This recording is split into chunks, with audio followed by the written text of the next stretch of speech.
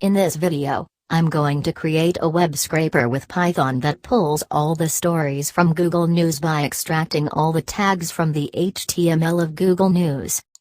Google News uses tags to create links to the various websites that make up the site. So in addition to some additional data, you'll collect all the URLs of the articles that Google News displays. I will use the Beautiful Soup module to analyze the articles from Google News. Parsing means taking a format like HTML and using a programming language to give it structure. For example, transforming data into an object.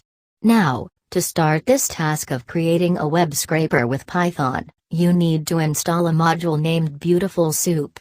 It can be easily installed using the pip command, pip install Beautiful Soup for web scraper with Python. Python has a built-in module, named urlib, for working with URLs. Add the following code to a Python file,